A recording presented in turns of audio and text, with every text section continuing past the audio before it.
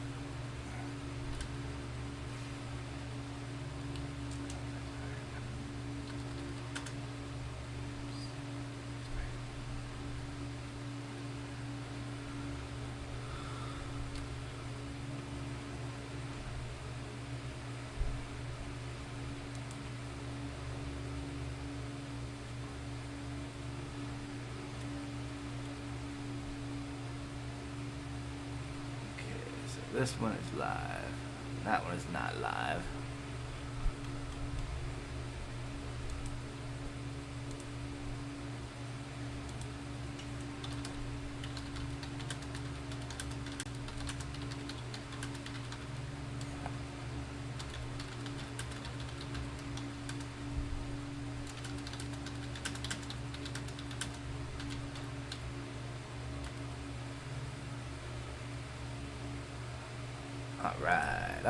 Alright. Are you ready? Oh, are you ready? If you're ready, put your hands in the air. I can't see anybody, so how am I gonna know if you guys are ready or not? Sometimes I just don't think things all the way through before I say them. Not gonna lie. Whoa! Alright, hello, thank you, and welcome back to Breakfast with Trime Taveler, the wonderful morning show that teaches you about cryptocurrency and all kinds of stuff like that. All that I do is I go through the top 100, the daily movers, and then the 15 different cryptocurrency coins. So we'll fly through this like like Batman flying through a stop sign. It's like, the police are there to stop the bad guys. Batman is there to stop the villains. But, who's gonna stop Batman? That, my friends, is what Superman is for. Oh, wait, Batman beat Superman. Never mind. I guess that's what the Flash is for. Go Barry! The right Barry, though, not the wrong Barry. If you back the wrong Barry, then you get called names. Okay, good work. As you can see, my $25,000 is down a little bit today still, but we are catching back up to that $25,000 mark. Nothing wrong with, being a little bit down on your investments every now and then. This is a roller coaster, You either have more to, add more cars to your roller coaster whenever it goes down, or you just sit and you enjoy the ride, or you panic sell and wish that you'd never done it a couple months later. Let's start off with our 100 most popular stocks on Robinhood. I'm not sponsored by Robinhood, and I know a lot of people like other markets for other reasons better, but I really like this Robinhood exchange. I feel like it's very beginner friendly, and I like catering to beginners. So that being said, I feel like Robinhood is probably the best choice for anybody out there. Alright, our biggest loser on the top 100 most popular of the day is Neo at 3.27% down. I try and look for at least 5% down, on my investments, my initial investments. But sometimes I will just buy $1 of something just because I like it, or because of where it is for the month, 3 month, week. So this one, we have 20% growth in the month, 17% in the past 3 months. And we're down 46% for the year, 79% for the 5 years. So right out of the start, Neo, an electric car company, was about a $6 stock. Yeah, $6 stock, and immediately it hit 9.90, and then it's low. It went down to $1.56, and then from 2019 until the very beginning of 2021, it made its way all the way to $61, which from our price right now would be a 932% return. So that's 9 times your money on Neo. So we've got a lot of potential. We've got some low prices, and we are, we're not down for the week. We're up 8% for the week. So I would suggest, if you're thinking about investing in Neo, I would set a limit for about right there, about $9.75. I would set a limit for $9.75. Maybe buy $1. Buying $1 of any stock isn't necessarily a bad idea. Then you can tell people that you are a shareholder of that stock. I tell people that all the time. They're like, "What do you do?" I'm like, "Well, I'm a shareholder of AMC." And they're like, "Oh, the GameStop thing." I'm like, "Yes, AMC and GameStop are definitely connected." Of course, only through Wall Street bets are they connected, but still, that connection is uncanny. And our biggest winner of the day is Nikola. If there is an EV company out there that has a model and of ridiculousness and people saying, this is never going to work, this is the dumbest idea ever. That's what they said to the people that created Tesla way back before Elon Musk bought it. But anyway, this company, Nikola, is creating hydrogen electric cars, and they, so this is going to be another good 5-year one. So 5 years ago, this thing came out on the market at $30 and rose all the way to $65.90 in a matter of weeks. In a matter of a week. And then since then it has cruised. We have lost 94.38% of our value in Nikola in the past 5 years. Now, why is that? It's because hydrogen is expensive. People are like, this hydrogen is going to cost more to transport, more to store, more to fill up, and create a whole new cycle of machinery that has to be used to fill up vehicles. So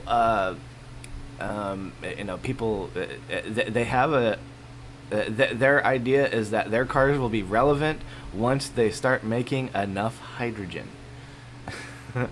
Because we're not making it on the levels that it would be needed for a national transportation type of need. So buying Nikola, it's low right there was 70 cents, and right now it's $1.70.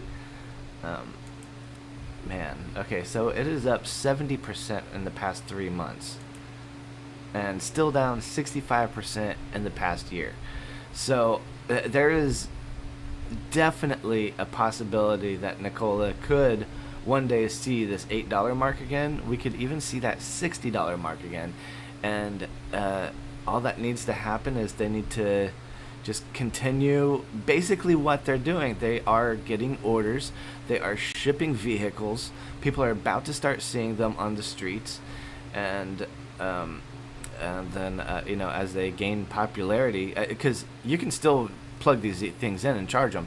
Just because it has a hydrogen tank on it doesn't mean that it only runs on hydrogen. It's basically an electric car that uses hydrogen to refill the battery.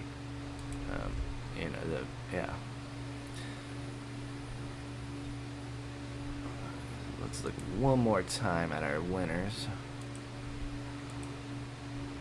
Okay, we've got Plug Power, another EV company, Canopy Growth, a cannabis company. Riot Platforms is not what I thought it was originally. So in the past year, Riot is up 300%. I've been following Riot for a couple of years because originally I thought that they were Riot, the company that creates video games like League of Legends.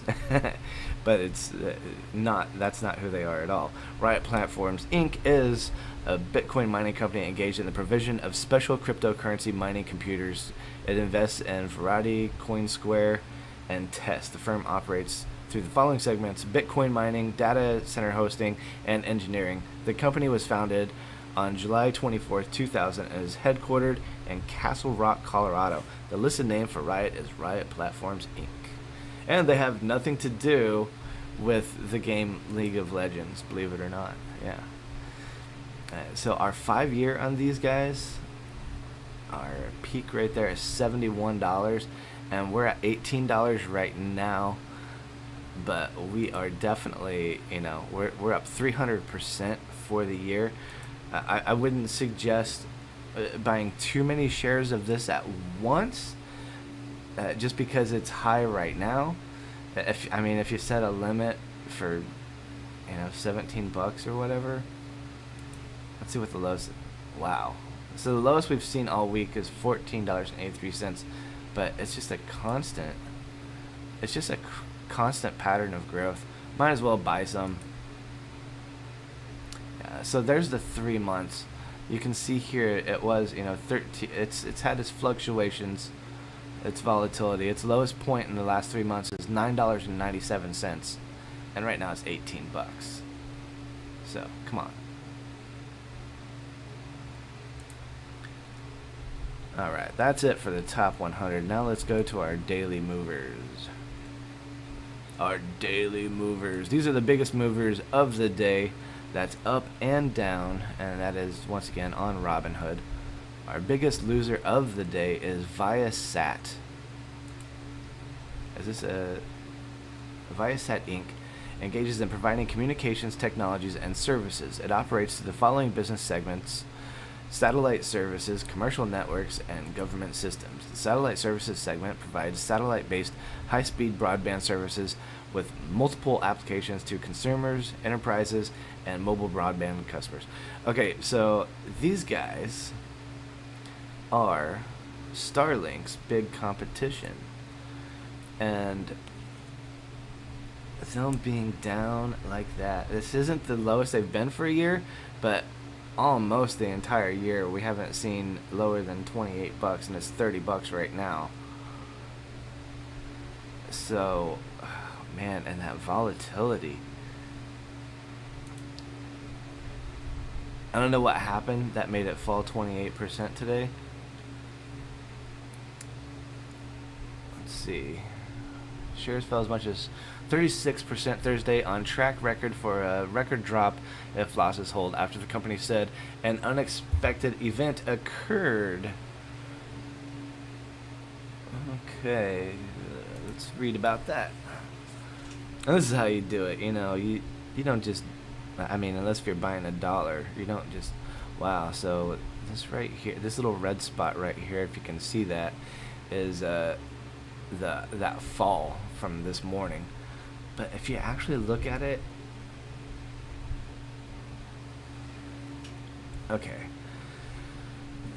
on track for a record drop if losses hold, after the company said an unexpected event occurred during one of its deployments that could hinder performance of a communication satellite. The impacted satellite, the Viasat 3 Americas, was launched April 30th on SpaceX's Falcon Heavy rocket, and it's part of the company's plans to bolster its North American broadband. So, see, they're not even competition. They're using SpaceX to launch their own satellites up there. Right. So this could be a major blow to the timing of the Viasat growth story, as Viasat 2 has been capacity constrained in the Americas for many quarters, and the company has been counting on VS 3A to expand capacity in the Americas and resume fixed broadband subscriber growth. Okay, so they got some sort of a damage. That's what it sounds like.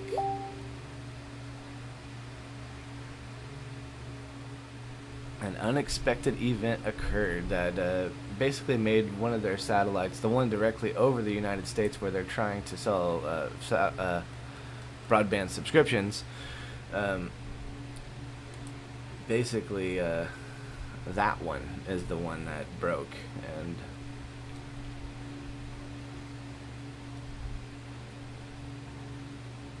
okay, let's take a look at BlackBerry real quick. 2% for the day, about 3%. My average cost is $4.89. So we've got some growth going on. It's good. One more look at the daily movers. I guess that was our biggest loser, followed by Cryoport, Suncar down 18%. Next Decade, TMC, the metals company. There's a lot of, more than 10% down. Progressive, is that the insurance company? If that is Progressive, the insurance company, and it's 11% down, might not be a bad idea to... Yep, insurance. So, let's look at the week. Down 10%. A month. 3 months. 1 year. All right. Okay, so looking at everything, it looks like this is the buy-in spot for Progressive right now. I would say buy $1. No, buy a whole share. Buy a whole share of Progressive. Yeah.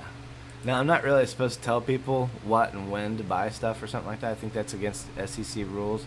But, there's only, 2 viewers, so... If I get you into trouble, I'll pay you back whatever you lose, I swear. Okay, so now for our cryptocurrency. Our biggest winner of the day is Tezos. So there was actually a bit of a dip last night. Let's look at Bitcoin. Where'd you go, Bitcoin? So, looking at the week. Yeah, last night at about 11. All day we were up really high. We thought that we were going to see a $31,000 Bitcoin. We almost did at 3 p.m. But then all of a sudden, I had the whole day mixed up. Okay, yeah, so, yeah, 7 a.m., July 12th, that was yesterday. Everything was doing great, and then it took kind of a bit of a dip over the day, and Bitcoin fell all the way to 30,281. And so today, it's up, but whenever you really look at it, compared to the week, it's not as impressive as it seems. And it's really not even that impressive. It's only 1%. It's trying to hold this position really hard. And if it holds it much longer, then it's going to go up to 35. And that's going to be one of the next positions that it holds. Or maybe it'll go to 40. I don't think it's ready for 40 yet.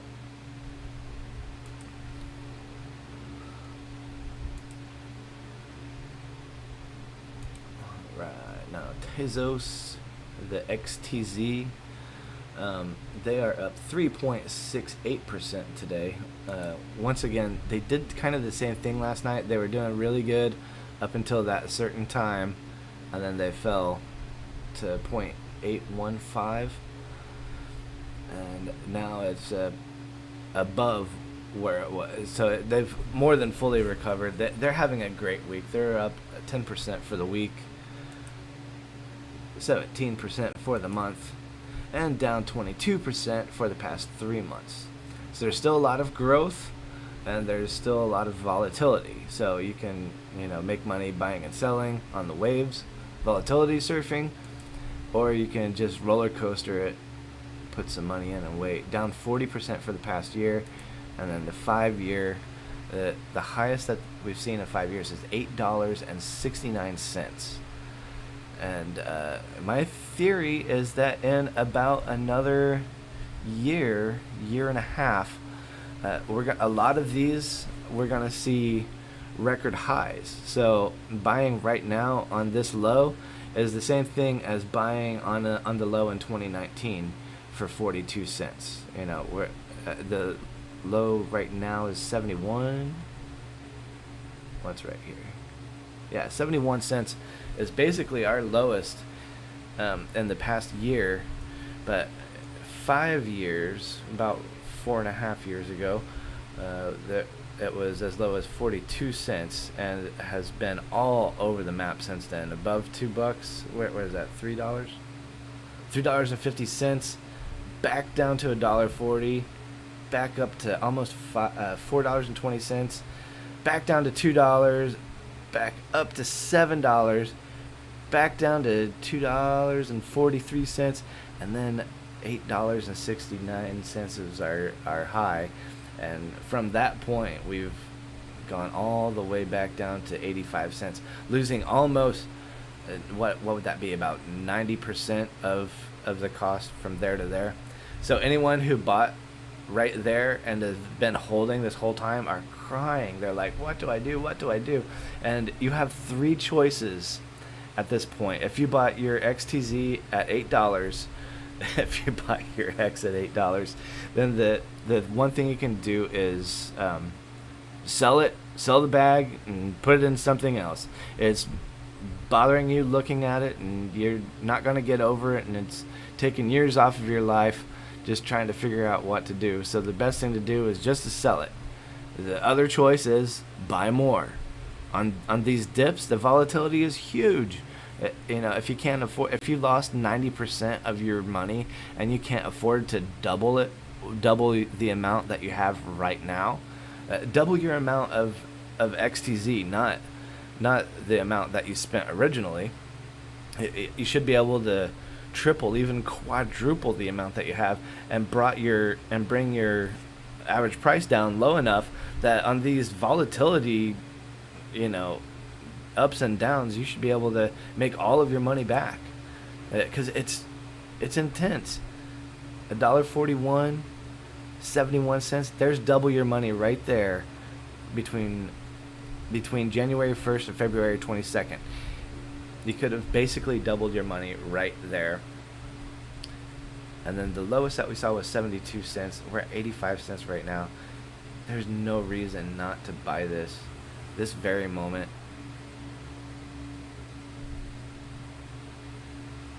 And just start your little XTZ collection. I would definitely put some limits on it. If you could get some for 76 cents, that would be a good number.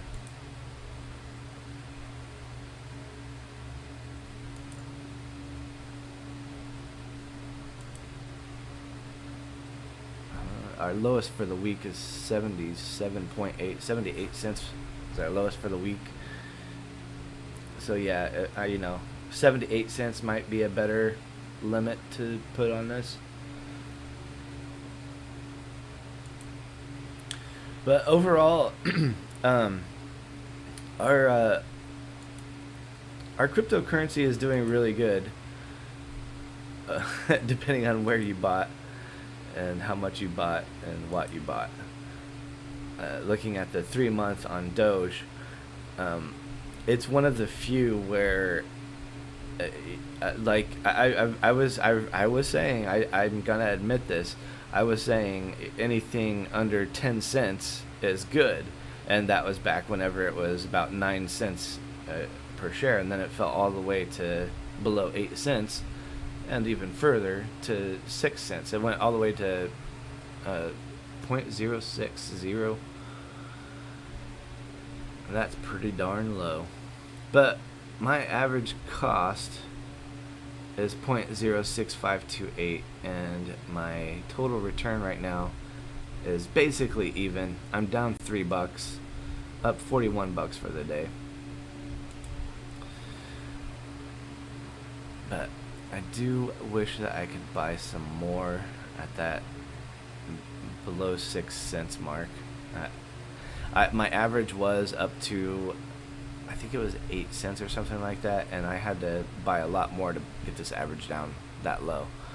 So it wasn't easy. A lot of buying and selling.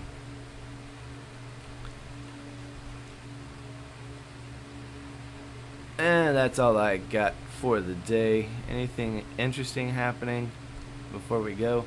Carnival Cruise Line has a little dip going on.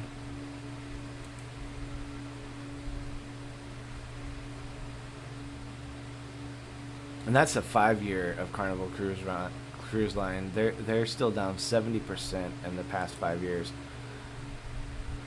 but they're up 104% in the past year. So once again, buying on these dips, there's nothing. There's nothing safer than buying something that's too big to fail at the bottom of its barrel. And so if you go back to whenever COVID hit and everything fell, that was April 3rd, 2020. Right before that, it was $48. So we want to see this $17 turn into 48. I only have about $100 invested, but looks like a good day to buy a little bit more. I mean, there's definitely room for that we have 84% of growth in the past 3 months, and so there's probably going to be a little bit more correction still, but I've been following this and I'm down 2% right now, so it's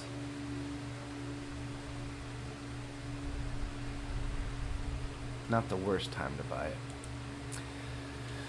Alright, that's all we got for today. Thanks everybody for coming in. Don't forget to write your name in the back of your underwear because accidents happen and you don't want to be left behind.